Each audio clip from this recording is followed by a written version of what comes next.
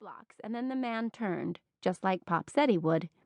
He discarded the cigarette on the ground, looked at his watch, then tossed a panicked look over his shoulder, like he could sense someone was behind him.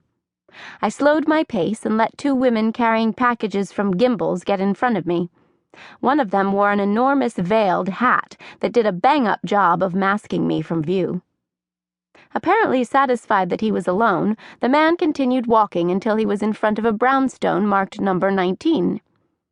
This was the shot the client wanted. Capture the mark entering the building, showing his face and the address. He hesitated as though he were debating whether to approach the building. "Come on," I silently begged. "Get it over and done with before Pop panics and comes looking for me." I pulled the camera from my bag and scanned the street for the perfect place to take the picture. 6 feet in front of me was a shrub with the last of the fall leaves clinging to its branches. I slowed my pace. "Little girl," said someone behind me. A finger tapped me on the shoulder. "Little girl?" I tried not to cringe at the little part. After all, I was in my Chapin school uniform, and with the plaid skirt, knee socks, and the 2 braids I'd woven my hair into, whoever it was had to assume I was younger than 15. I turned to find an old woman, bent with age, looking at me. "Your shoe is untied," she said. "Oh, thank you." I looked back toward number 19. The man was no longer there. Nuts. Had I missed him entering? "You'd better tie it," she said. "You don't want to risk a fall." "I will," I said, "but right now I'm kind of in a hurry." I tried to walk away, but she put a hand on my arm and held me in place. She had milky gray eyes and an imposing stare that I was willing to bet had served her well during her long career as a prison warden. "That's the problem with you kids today. Always in a hurry. When I was a girl..." Boy, howdy, was she really going to lecture me? "You're right," I said. "I'll tie it right now." I returned the camera to my bag, squatted, and wrapped the laces of my saddle shoe into a hasty bow. My skirt was too tight and threatened to bust a button as I crouched. I hadn't worn the uniform in months, not since I'd traded a private school for a public one. "Thanks again," I told her.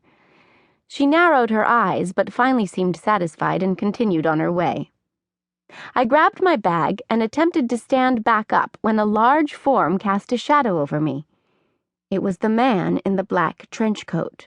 He clamped a hand on my wrist and helped me the rest of the way up. "Why are you following me?" he hissed. "Excuse me?" I asked. My eyes darted to the left, seeking out the old woman who'd been there moments before. She was apparently faster than Pop because she'd already managed to move out of my line of sight. In fact, the entire sidewalk seemed to have cleared out, leaving me alone with this man with the very strong grip. "You've been tailing me since 56th Street. I widened my eyes, hoping that my fear didn't show. Where was Pop? Had 15 minutes passed yet? No, I stuttered.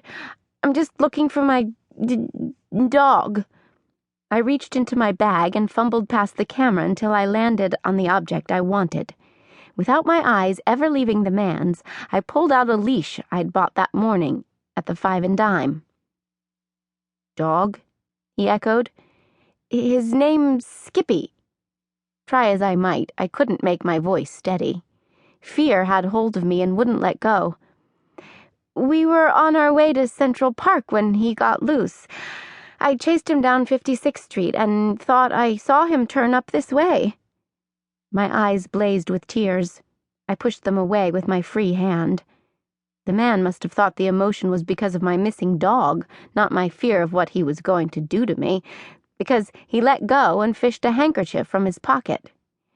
Thanks," I said. "I'm sorry, little girl. I didn't mean to startle you." "It's okay." I mopped my eyes and willed my panicked breathing to slow down.